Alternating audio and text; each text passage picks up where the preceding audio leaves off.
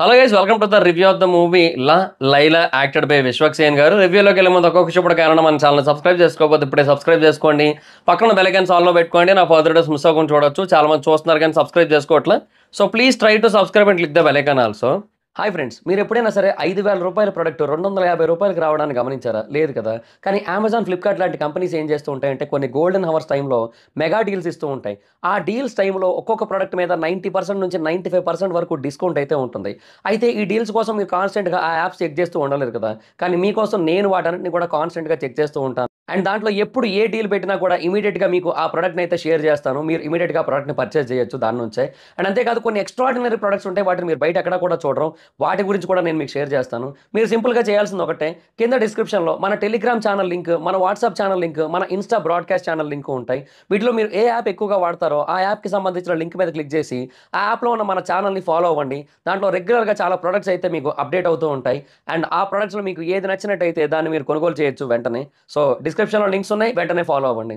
And ఇంకా Laila cinema గురించి చెప్పాలంటే మూవీ అయితే జస్ట్ ఓకే. అంటే సినిమాలో రెండు పాజిటివ్ ఎలిమెంట్స్ ఉంటాయి. వాటి వల్ల కొంతవరకు పర్లేదు అనిపిస్తుంది అనమాట. ఆ 2 పోర్షన్స్లో మాత్రమే. But remaining part of movie అంతా కూడా అంతేం అనిపించదు. ఫస్ట్ పాజిటివ్ థింగ్ ఏంటంటే సినిమాలో కొంతవరకు కామెడీ ఉంటుంది. కొన్ని చోట్ల బాగానే నవ్వుకుంటాం.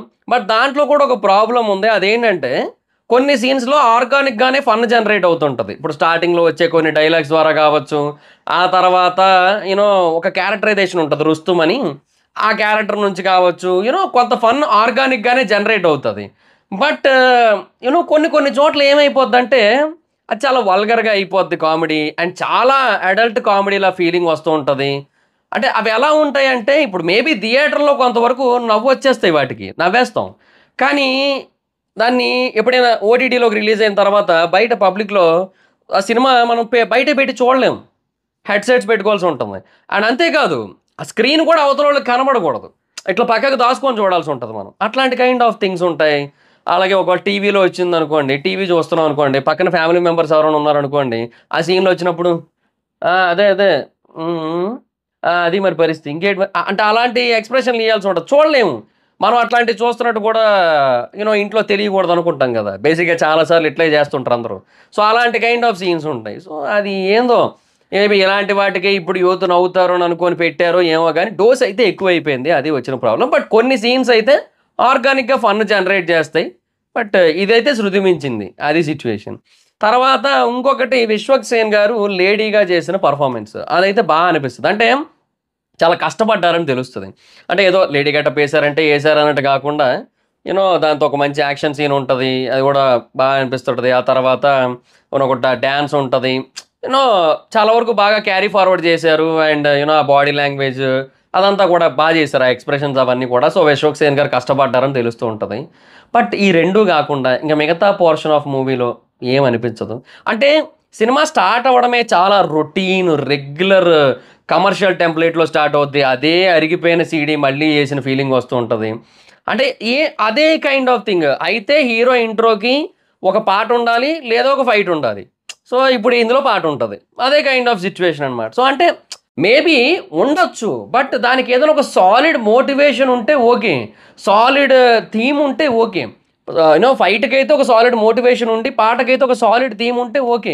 బట్ అలా ఏముండవు, జస్ట్ హీరో ఎంట్రీ ఒక పాట ఉండాలి. ఇది మారిస్తే బెటర్. ఇంకా ఎన్నో ఏళ్ళుగా ఇదే వచ్చి వచ్చి వచ్చి చాలామందికి ఇంట్రెస్ట్ తగ్గిపోయింది.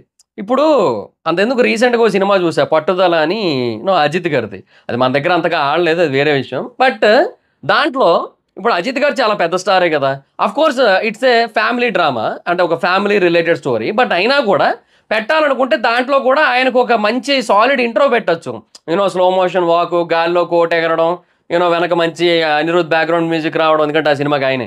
సో అది రావడం, ఇట్లాంటివన్నీ పెట్టచ్చు. బట్ అలా ఏం పెట్టలే. జస్ట్ డిక్కీ ఓపెన్ చేస్తారు, డిక్కీలో కెమెరా ఉంటుంది, ఆ డిక్కీ షాట్ ఉంటుంది, ఆయన లగేజ్ చదువుతుంటారు, అంతే. అదే ఇంట్రో. అంటే ఏమో కథకి ఎంత అవసరమైతే అంతవరకే ఇంట్రో పెట్టుకుంటే బెటర్ ఏమో కదా అనే కైండ్ ఆఫ్ ఫీలింగ్ వస్తూ ఉంటుంది అనమాట.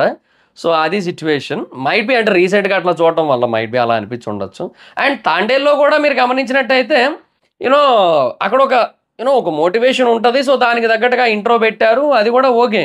ఎందుకంటే అక్కడ ఆ నీటి మీద ఆ సీక్వెన్స్ అదంతా కూడా పర్ఫెక్ట్ వర్కౌట్ అవుతుంది. సో ఏదైనా మోటివేషన్ ఉంటే ఓకే. అలా కాకుండా ఏదో హీరో ఎంట్రీ కదా పెట్టాలి కదా అన్నట్టు పెట్టేస్తే అది ఎందుకో అట్లా అనిపించట్లే. అంటే ఆర్గానిక్గా అనిపించట్లే. ఇంకా తర్వాత లవ్ ట్రాకు అదంతా అలాగే ఉంటుంది. ఏందో అలా నడుస్తూ ఉంటుంది మొత్తం అంతా కూడా. ఇంకా తర్వాత ఒక పాట ఉంటది మధ్యలో. ఏవో పాటలు కూడా అంత గొప్పగా ఏమి అనిపించవు. 1, 2 పాటలు పర్లేదనిపిస్తాయి. ఓ 2 పాటలయితే. బట్ మిగతావి అంతేం అనిపించలేదు. సో దానివల్ల ఏంటంటే, ఏందో స్టార్టింగ్ నుంచే ఎటేటో ఎళ్తున్న ఫీలింగ్ ఉంటది. తర్వాత మధ్యలో ఇంకా మనకి ట్రైలర్‌ని బట్టే అర్థమైపోయింది. ఒక ప్రాబ్లము, ఆ ప్రాబ్లమ్‌కి సొల్యూషన్ లేడీ. సో అది వరకు బానే ఉంటది. కట్ చేస్తే ఆ సొల్యూషన్ చుట్టూ తిరగడం కంటే, ఈ లేడీతో రకరకాల థింగ్స్ చేయించడమే ఎక్కువైపోయింది. ఆ కామెడీ, అదే వల్గర్ కామెడీ, అట్లా ఎక్కువైపోయిందనమాట. కొంచెం అటు ఇటో తిరిగిపోయిందది. అదే అనమాట సిట్యుయేషను. సో దానివల్ల ఏంటంటే, బాగా సైడ్ ట్రాక్ అయిపోయిన ఫీలింగ్ కూడా వస్తది. సో మెయిన్ స్టోరీ నుంచి బాగా డీవియేట్ అయిపోయి, తర్వాత ఎక్కడో లాస్ట్‌లో ఒక పర్టిక్యులర్ సీన్ దగ్గర మాత్రం మళ్ళీ మెయిన్ స్టోరీకి తగిలిస్తారు. సో, అప్పటి వరకు ఇదేదేదో ఎటెటో ఎళ్ళిపోతా ఉంటదనమాట. సో, అది సిట్యుయేషన్. అంటే వైజాగ్ నుంచి హైదరాబాద్ ఎళ్ళడానికి డైరెక్ట్‌గా రాకుండా అంటే వయా విజయవాడ రాకుండా అది ఏం చేస్తదంటే, వైజాగ్ నుంచి ఫస్టు ఇండోర్ ఎళ్లి, ఇండోర్ నుంచి ముంబై ఎళ్లి, ముంబై నుంచి బెంగుళూరు వచ్చి, బెంగుళూరు నుంచి హైదరాబాద్‌కొస్తది. సో, అట్లా అనమాట. అది కొంచెం అటెటో ఎళ్ళిపోయిన ఫీలింగ్ ఉంటది. అది సిట్యుయేషన్. సో, ఇంక అందువల్ల అంత ఇంప్రెసివ్‌గా ఏమి అనిపించలే. సో, ఆ 2 పాయింట్స్ ఓకే. ఇక అదర్ దాన్ ఇంకా అంతేం అనిపించలే. సో, అందుకే జస్ట్ ఓకే అన్నట్టు ఉంటది సినిమా అయితే. సో, అది సిట్యుయేషన్ అనమాట. అండ్ ఇంకా యాక్టర్స్ పర్ఫార్మెన్స్ విషయానికొచ్చినట్టయితే 'విశ్వక్సేన్' గారు యాజ్ యూజువల్ చాలా చేశారాయన. అందులో నో డౌట్. ఆయన క్యారెక్టరైజేషన్ ఆయన చాలా పర్ఫెక్ట్‌గా వర్కౌట్ చేశారు. స్టార్టింగ్‌లో ఆ సోను క్యారెక్టర్ కానీ, లేదంటే తర్వాత లైలా క్యారెక్టర్ కానీ 2 చేశారు. బట్ ఆ సినిమా అది ఏమో అంత పర్ఫెక్ట్‌గా ఉండదు. అది వచ్చిన ప్రాబ్లమ్. అండ్ ఇంకా తర్వాత హీరోయిన్ కావచ్చు, ఇంకా సపోర్టింగ్ క్యారెక్టర్స్ కూడా కొంతమందున్నారు. వాళ్ళు కూడా బానే చేశారు. వాళ్ళకిచ్చిన రోల్స్ మేరకు. డీసెంట్ పర్ఫార్మెన్స్ అని చెప్పొచ్చు. ఆ 'రుస్తుమ్' క్యారెక్టర్ చేసినాయన మాత్రం చేశారు. అంటే లాస్ట్‌లో ఆ ట్రాక్ అనిపిస్తదనమాట. సో, అది సిట్యుయేషన్. అండ్ ఇంకా తర్వాత యూనో మిగతా వాళ్ళందరూ కూడా ఇచ్చిన క్యారెక్టర్స్ మేరకు బానే చేశారు. అండ్ ఇంకా డైరెక్షన్ విషయానికొచ్చినట్టయితే ఎందుకో డైరెక్షన్ సైడే చాలా వరకు మిస్ అయిన ఫీలింగ్ ఉంటది. అంటే ఆ మెయిన్ ప్లాట్ ఏదైతే ఉందో దాని మీద కంటే ఓన్లీ లేడీ గెటప్ మీద కాన్సంట్రేట్ చేసి కథ రాసుకున్న ఫీలింగ్ ఉంటది ఓవరాల్‌గా. అండ్ దాంట్లో మళ్ళీ ఆర్గానిక్ కామెడీ ఉండదు. అంతా కూడా కొంచెం సగం అదే ఒక 40% ఉంటది. ఒక 60% వల్గర్ కామెడీ ఉంటది. అది వచ్చిన ప్రాబ్లమ్.